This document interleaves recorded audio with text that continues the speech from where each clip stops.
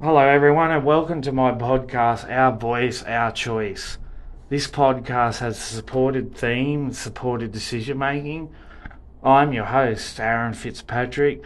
Just a bit about myself. I'm 36-year-old. I have level 1 autism. I'm a sports tragic, a history buff, an avid video gamer, car enthusiast, gym enthusiast. That's the best way to put it. I can't really call myself a gym junkie just yet.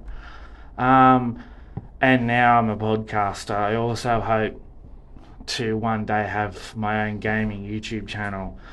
This podcast has been funded, and is being supported by Council of Intellectual Disability as well as CEDA, Community Disability Alliance Hunter. In this podcast, we will cover topics like risk taking, mental health, healthy living, relationships, finance and budgeting, and maybe discrimination. The Our Voice, Our Choice podcast will have guest speakers um, who will talk about these topics that I've just mentioned. And in this first episode, we'll be talking about the topic risk taking, and the guest speaker that I have with me today is Andrew Vodic, the CEO of CEDA. Um, just firstly, Andrew, sorry, I'd like to thank you all for tuning in, and I hope you enjoy my podcast. But Andrew, welcome. Thank you very much, Aaron. Thank you very much for agreeing to be my guest speaker. Tell us a bit about yourself. Oh, where do I start? Been around for quite a while. I'm 59. I grew up in far west New South Wales in Broken Hill.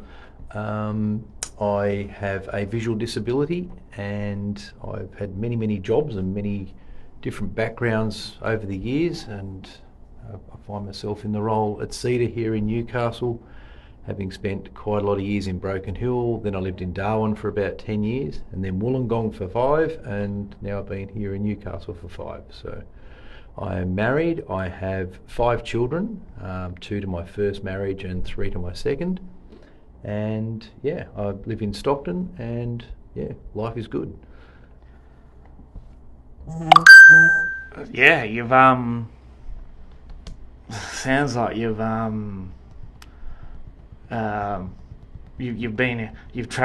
travelled around a bit. Yeah, I have, Aaron. Like I said, I not when I was young. I mean, I spent my first 40 years in Broken Hill, and I didn't move very far.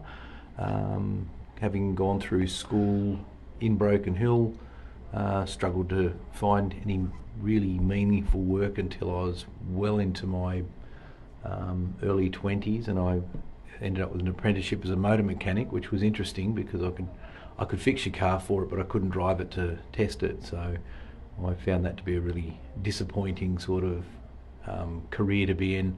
As you say, Aaron, being a car tragic is one thing, but if you can't drive cars, it sort of takes the gloss off it, I suppose. And yeah, so following that, I ended up working. I went to university, did a distance ed in Broken Hill through Charles Sturt Uni, and while I was in that process, I was doing some residential support work with a local disability provider, and then ended up working for Lifeline as a centre manager for 6 years in Broken Hill before I moved to Darwin. That's really cool, Andrew. You could say, or you could say, you've been there and done that kind of thing. Well, I've had a lot of different roles. I think that, like most people with a disability, it's very hard to get gainful employment. So I've had to really fight pretty hard. I know what that's like. Yeah, so the amount of times that I'd get knocked back for a job, or I'd only get a part-time job or a casual job, or I'd get a casual job and then they wouldn't call me back. And, the amount of times I got knocked back for a job because I didn't have a New South Wales driver's licence was, too many to count, and so that really did make it difficult. But I think that when the opportunity came to move to Darwin, it was a fantastic opportunity for me, as far as particularly the opportunity to take risks in my own life was, pardon me, was just such a great environment to do that, because being up in the top end of Australia, there's not that many rules. I was able to, I got a job with the university travelling in remote communities, teaching community night patrol.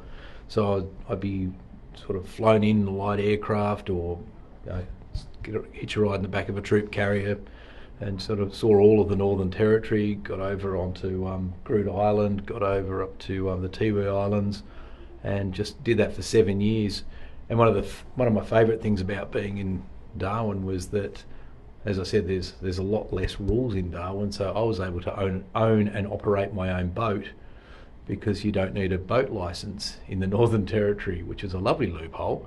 So I didn't know that. No, that ability to take risks in that space was fantastic. I got to get out there in my little boat and just fly across the harbour to, ride across and, out in the open water. It was pretty scary, but damned exciting. I can imagine, as some people would say, I don't know, they may have asked you,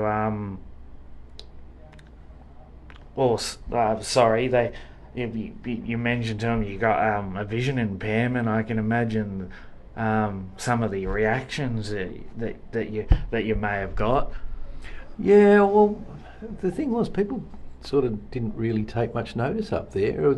The only real issue I had was the boat was a trailer boat, which means that I needed to have good fishing friends who were quite happy to come out on the boat, who had to drive the car with the trailer to get the boat in the water. Once I was in the water, I was fine, but I couldn't get it to the water. So I'd always be reliant on having good friends that wanted to go fishing, which is not hard to find when you've got a boat. So if I could ask, to date, so far, what has been your favourite job position that you've held? Well, I've held a lot of jobs. I would say I really enjoyed, and it was very rewarding, being the manager of a Lifeline centre. That was very rewarding, but that was tough work, because you're really seeing, that would be challenging. Yeah, well, you're seeing a lot of hardship every day, and it does take a toll on you. But it's still really very valued work, and something I'm very proud to have been involved in. But I think spending 7 years in the Northern Territory, living an adventure every day, was pretty cool. I really enjoyed that. But I guess the other thing that I really love the job I'm doing now, and of course I'm here, so I'm going to say that, but I actually do. It is a great place to be, having the opportunity to really play my role in supporting a really strong peer network at CDAH, and it's just an incredible place to be. I have to say, I think CDAH and the people involved are extremely thankful that you are the man in charge. Right. You've definitely, just from what I've noticed, changed CDAH for the absolute better. Oh, it's nice of you to say that, Aaron. I would. That's just the truth. Look, I would argue that we're all in charge. That's the really good thing about being an alliance of people with disability. Every member of CDAH has a role to play, and every member sort of, the views of each of our members and the direction that CDAH goes in is very much dictated by its membership. So to me, that makes my job more rewarding and probably easier. In some ways harder, because you are challenged every day, and that's as it should be, I think.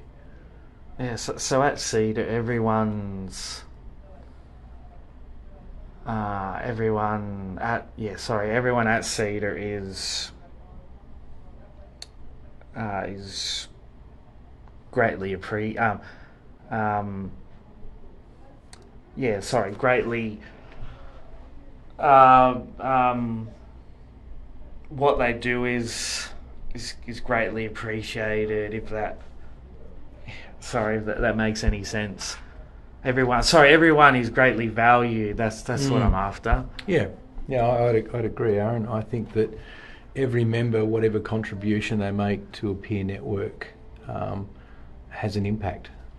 Has an impact on other members, and it has an impact on the broader community. So, and I think that I grew up with a disability in a remote area of New South Wales, and I felt very isolated and very alone as a child in particular.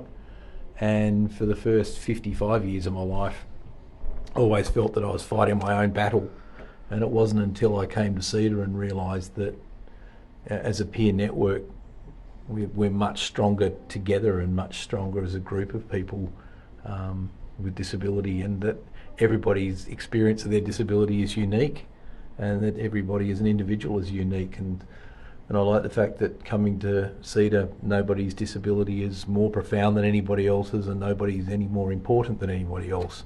That we really strongly hold to all means all, and that whatever type of disability somebody has or whatever their journey is, that we all have something to contribute in an organisation like this, which makes it a great place.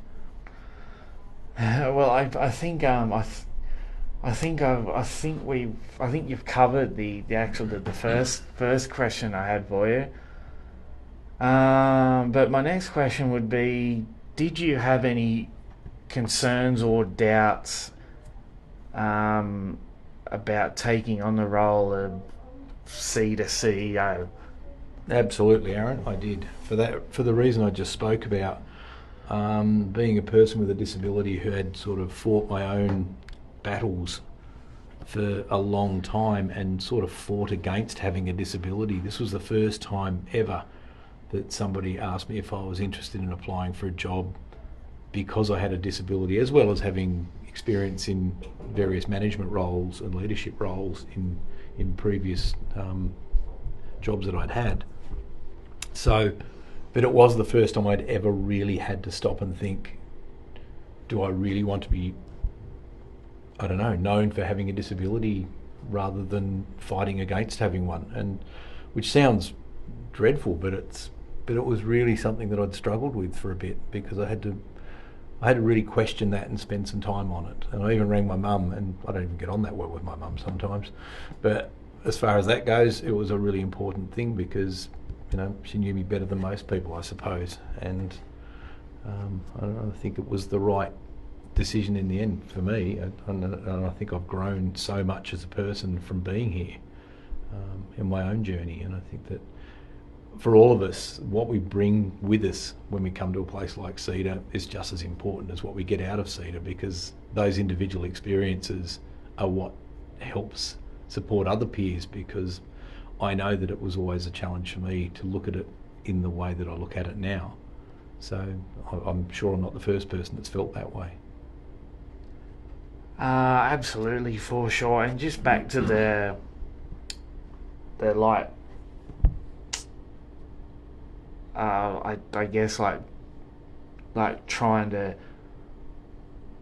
hide or fight against the fact that you have a disability of some kind. I think a lot of people have done that, or are still doing that, and I know that I've done that. I've tried to hide my intellectual disability for the fact of a fear of discrimination and bullying. Yeah, no, I agree with that, Aaron. I mean, I was bullied a lot as a child, and I think all I did was grow up mean and hard, and I'd fight anybody that would bully me, and so I think I just kept fighting, not physically, but just mentally fighting all the way, because as much as mine's not an obvious disability at first, but the fact that I can't go out in the sun without, virtually having to have my eyes closed most of the time. It doesn't take people long to realise that I have a disability, and it's never been that I was ashamed of having a disability. I just hated being picked on for it. I wasn't, and I think it's that thing about, I think it's society that brands you as having a disability. It's not yourself. I was just busy being me, but when society sort of pushes you into a box and says you're a person with a disability, and brands you as being less than because you have a disability, or starts making decisions about what you can and can't do, it's hard, and so you fight against that. Yeah, it's definitely wrong, and that fighting ability that you mentioned, that's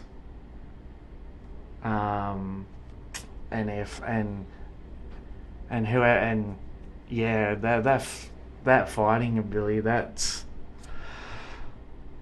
really going to one, help, but it's also really going to help you achieve and help you go places. Yeah, look, Aaron, I think the fighting thing's a funny one, because I've heard it said, the healthy you and the unhealthy you. So when you're mentally unhealthy, you get in a negative space, that fighting can be the worst thing, because you're always fighting and you're always angry and you're always pushing against things.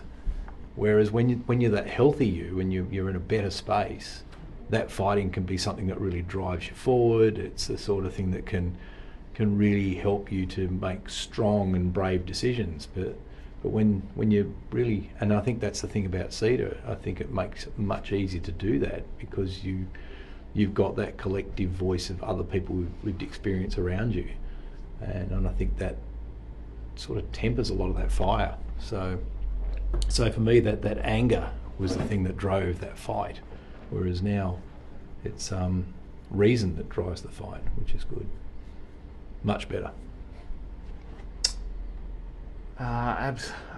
Absolutely, that's great. Really great. Thank you, Andrew, for that. Just with the next question. Is there anything that you would have done differently looking back at things now? Yeah, lots of them. I'm not going to tell you all of them.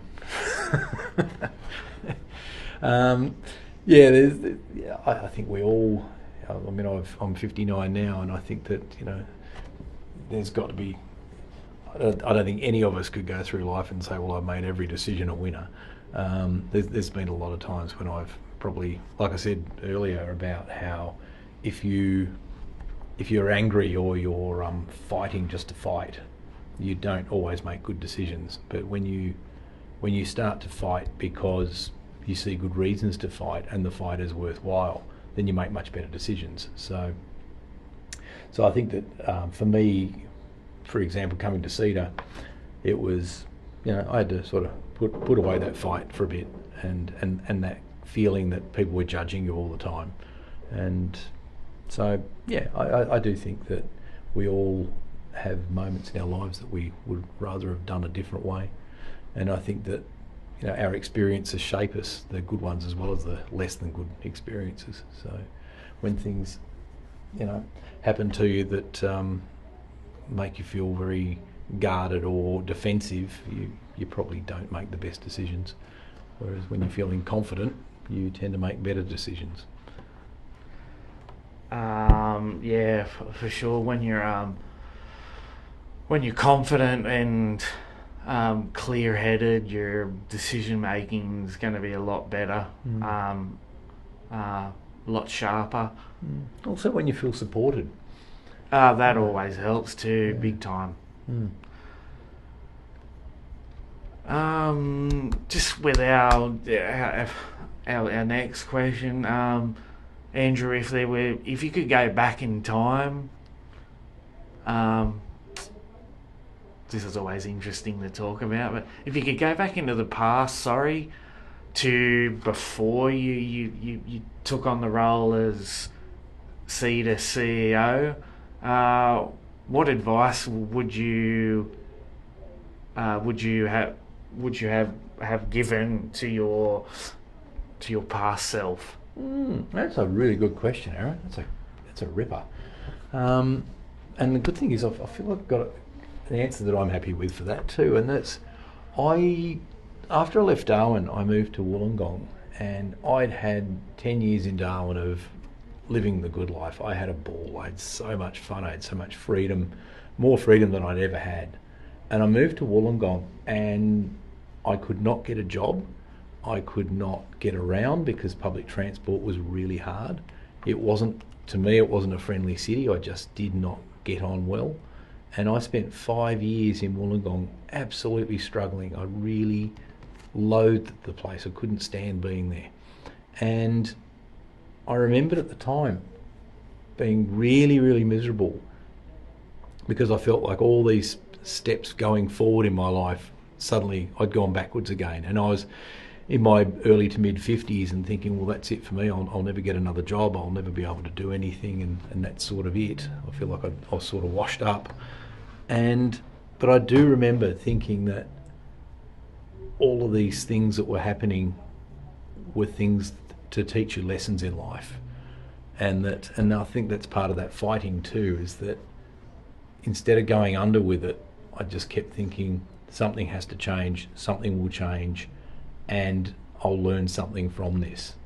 And I learnt a lot from it, and things did change. I came to Newcastle with a new start, found people here to be much more friendly. That's how I met Aaron, because within weeks of being here, went to the local school to enrol one of my children, ran into a person who I'd never met before who said, "Oh, what do you do?" I told her what my background was, and she said, "Oh, would you like to take up some business mentoring for some people that I'm working with?" Aaron was one of them.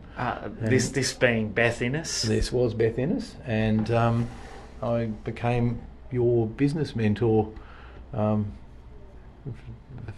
soon as I got here, and yeah, so things changed very quickly when I moved, but it's that whole thing about fighting when you're not in a great space. It's really difficult, and you can fight, but it wasn't a very positive space.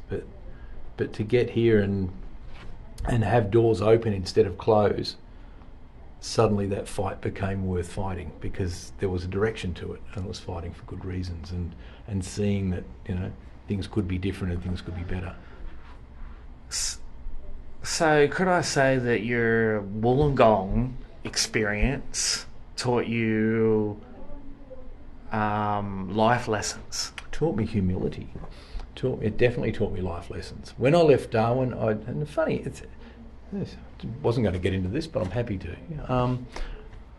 Growing up with a disability, I was always told that you couldn't do things, and I always thought that I was clever enough to be able to do more than I was told I could do.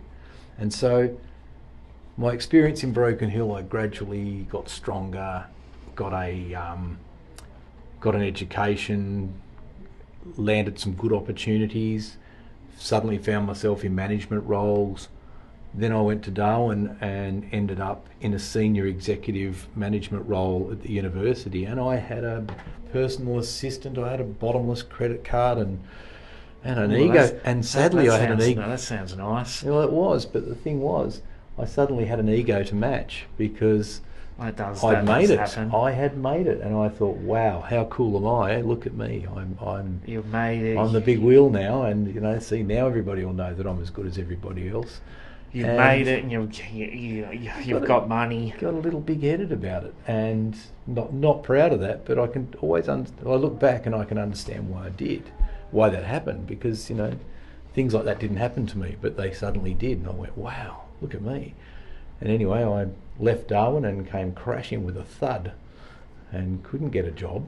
Big, huge change. Suddenly the ego shrank hugely. It disappeared, basically. Yeah, which is why the 5 years that I spent in Wollongong was, in some ways, really character building, because I realised that if I ever got another chance that I would learn a lot from that and learn a lot about humility. And and I'd like to think that it did a lot to do that, because I was a fairly humble person before the experience in Darwin, but I just let the moment let myself get carried away with the moment, I think.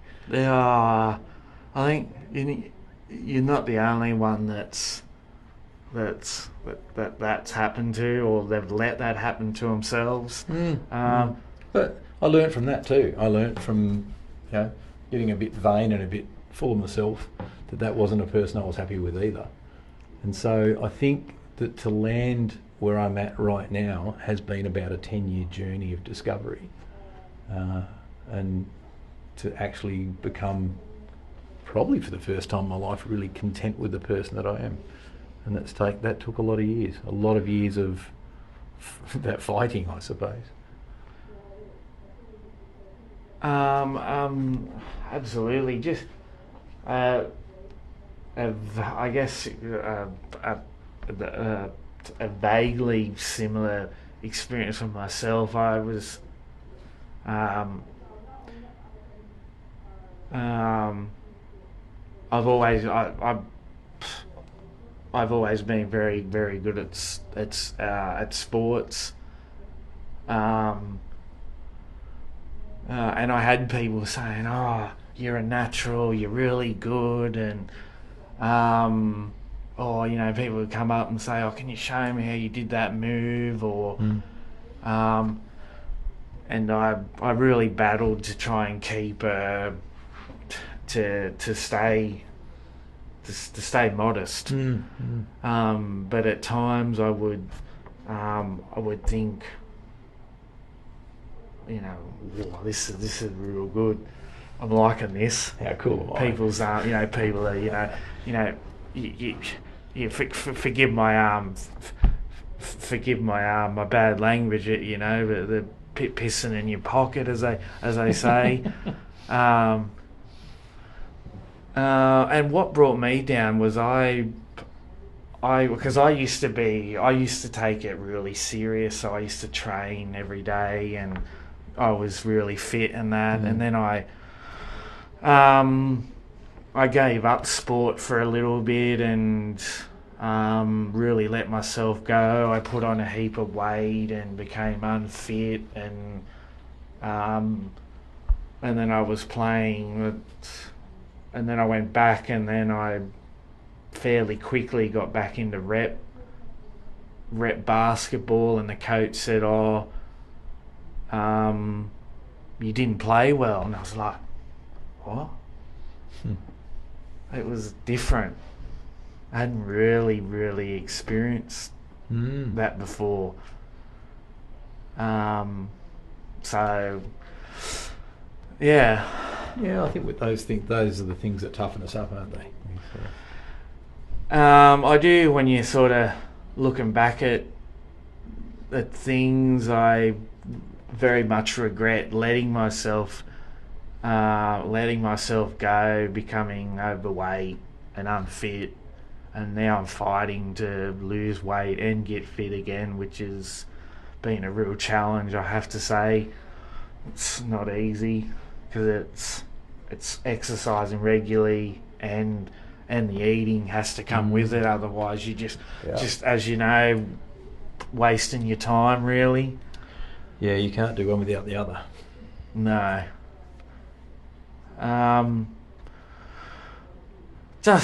Andrew, on to my next question. What advice do you have for someone who's thinking of applying for or being offered an important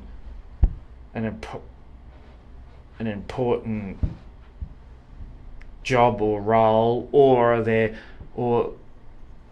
looking at starting their own business or organisation? Don't do it. No. Nice and simple. Just don't bother. Run. No. Run away. I think something that's the one thing that, even when I did get a little bit full of myself, the one thing that kept me grounded, and the one thing that helped me realise that I was getting a bit carried away with myself, was that I've always been people focused.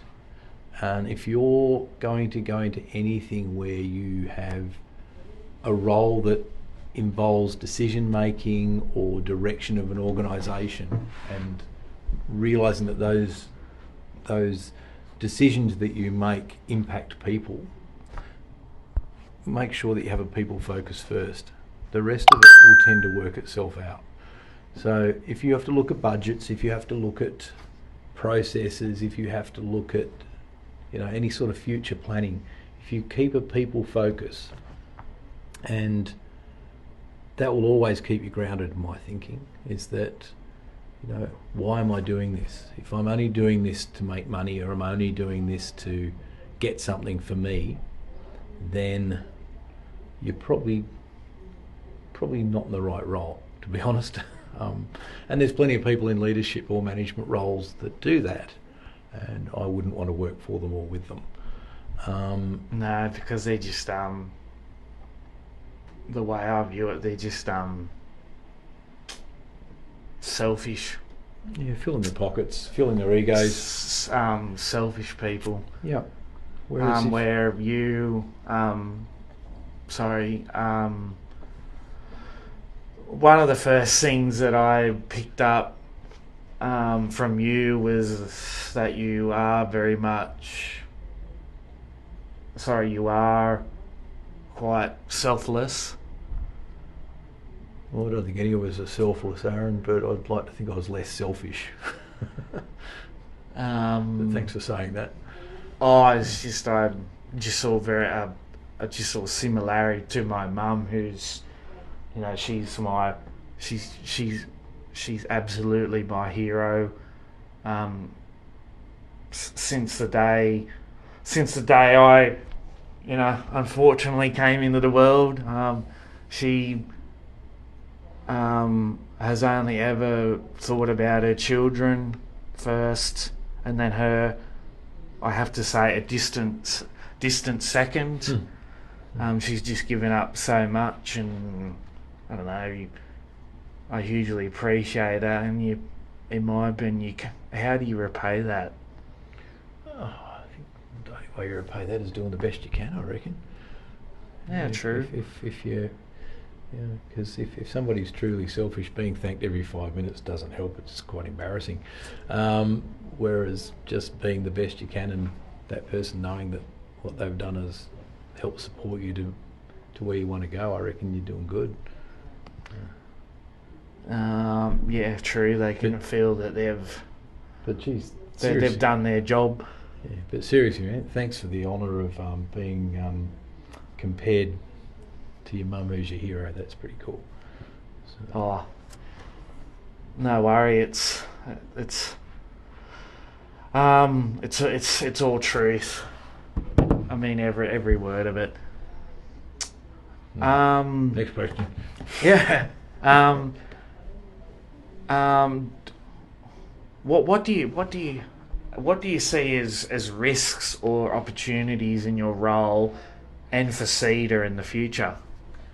Oh, okay. Risks and opportunities. Often risks and opportunities are the same thing, because to take opportunities you have to take risks. Look, I think that there are huge opportunities for CEDA. CEDA is just such an amazing grassroots organisation that was certainly developed by wiser heads than mine. I'm just very fortunate to be able to be in the position I am to try and help support the direction that it goes in from here. I think opportunities for CEDA are for CEDA to really reach out further into the hunter and really support more people with disability to come on board and to sort of realise what's possible within a peer environment, a peer-led organisation, and being able to do more things as a community of people with disability. I think the opportunities for greater community engagement for people, particularly the people who are in SIL or in supported accommodation, who all too often don't get the opportunities to really link up with their peers or link up with their community. So no, I know a little bit about supported living, and I'm really not a fan of it. Yeah, well, I guess for some people, currently the alternatives aren't really there.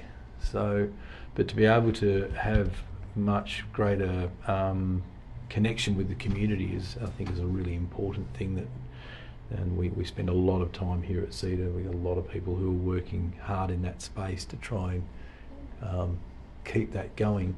I guess one of the big challenges for us into the future is always funding, because it takes funds to be able to pay to be able to create community connections and Deafblind Connect and other peer-led activities in the community. So, like all organisations that rely on funding, one of our big risks has always been whether that funding will come, whether it will be continued to be there. So there's only a certain amount of money out there, and we have to spend a lot of time sort of pushing our organisation under the noses of those people that provide funding, to remind them that we're still here and that we're not going away and that what we do is important. And I think that one of the great things for CEDA is being one of the very few genuinely peer-led organisations that, people with disability, supporting people with disability. There's not much of that in this country. And so to be able to sort of really sort of push that forward to say, look, this is something that nobody else is really doing and that we should be funded for doing it. So that's one of the big challenges, I think, going forward. But all the work that I think CEDA is doing is needed. It's important. Excuse me, and sorry. And in terms of funding, it's never a definite. No. And it'd be great if it was, but money doesn't grow on trees, as they say. And there's always there's so many other very, very needy organisations out there in needy areas. We look at homelessness, we look at domestic and family violence, and sadly too many people with disability find themselves in both of those spaces as well. So it shouldn't be one organisation getting funding at the risk of another organisation not getting funded. There really should be enough resources for all. I think that one of the other challenges is changes that will come to the NDIS that we don't know what they look like yet. There's a review of the NDIS at the moment. What recommendations the government takes, we don't know.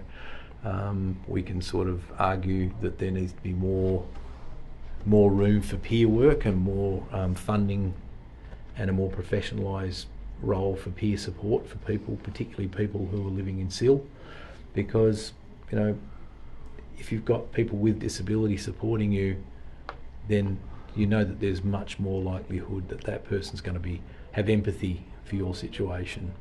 So I think that's one of the things that we'd like to see more of. So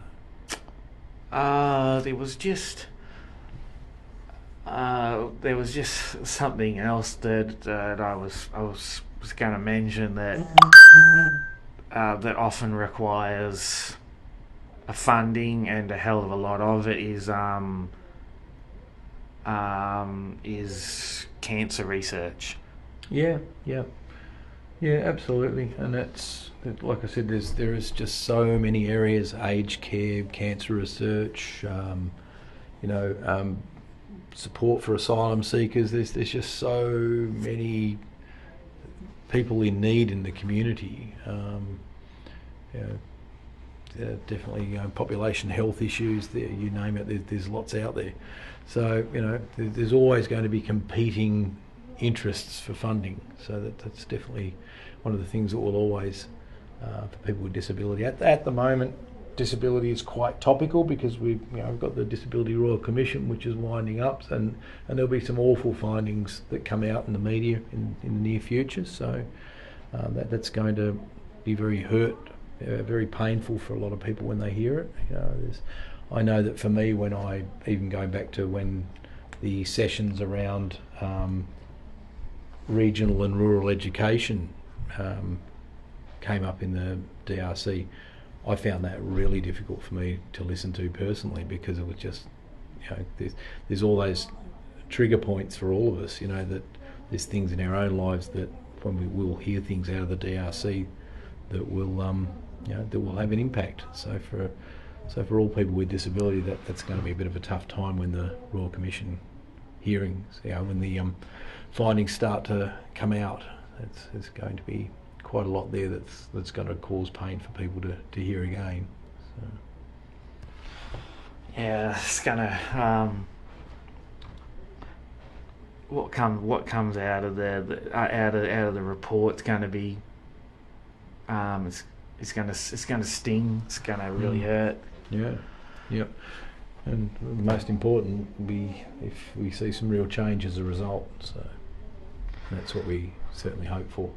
Hopefully. I'd love to see positive changes.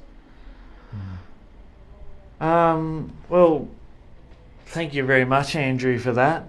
My final question, one, is more of a fun one.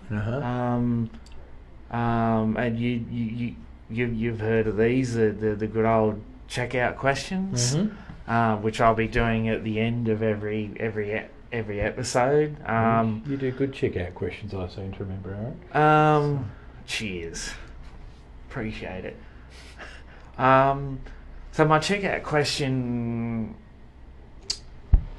today is, for this episode is, what's one good piece of advice you've ever been given? Whoa.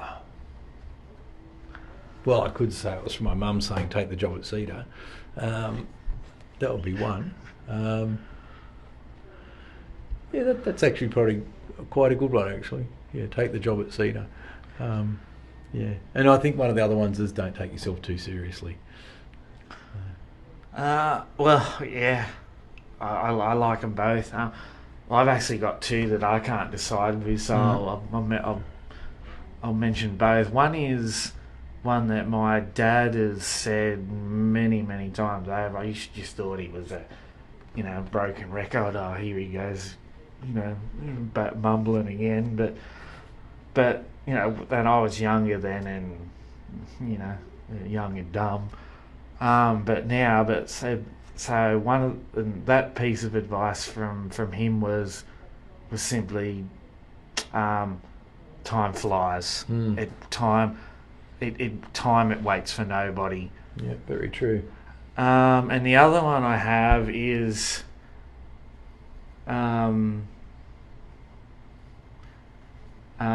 be very careful not to step into shit. Yeah. Because you might have a hell of a lot of trouble getting out of it. That's very true. Mind you, probably if I had to look at one that I've always used, because most people that know me know that I love to take on stuff. One of my favourite bits of advice I give to anybody is, bite off more than you can chew, then chew like hell. I do like that one. Yeah, I've probably lived by that little code most of my life, which has been good for me. I've probably got a lot out of that, and I just think, if you have a red hot go at things, even if you don't get it right, you'll have still had a red hot go. So you can make sure you rip in. Yeah, that's it. Yep, go hard. Go hard or go home. Absolutely. Again, thank you, Andrew, very much for agreeing to be on my as a guest speaker on my podcast. Audience, thank you. I hope you enjoy this episode. We'll be posting it ASAP. But again, thank you. Thank you, Aaron, and good luck with the rest of the podcasts from here, and good on CID for supporting these, and it's really nice to have been asked to be your first victim. So, victim.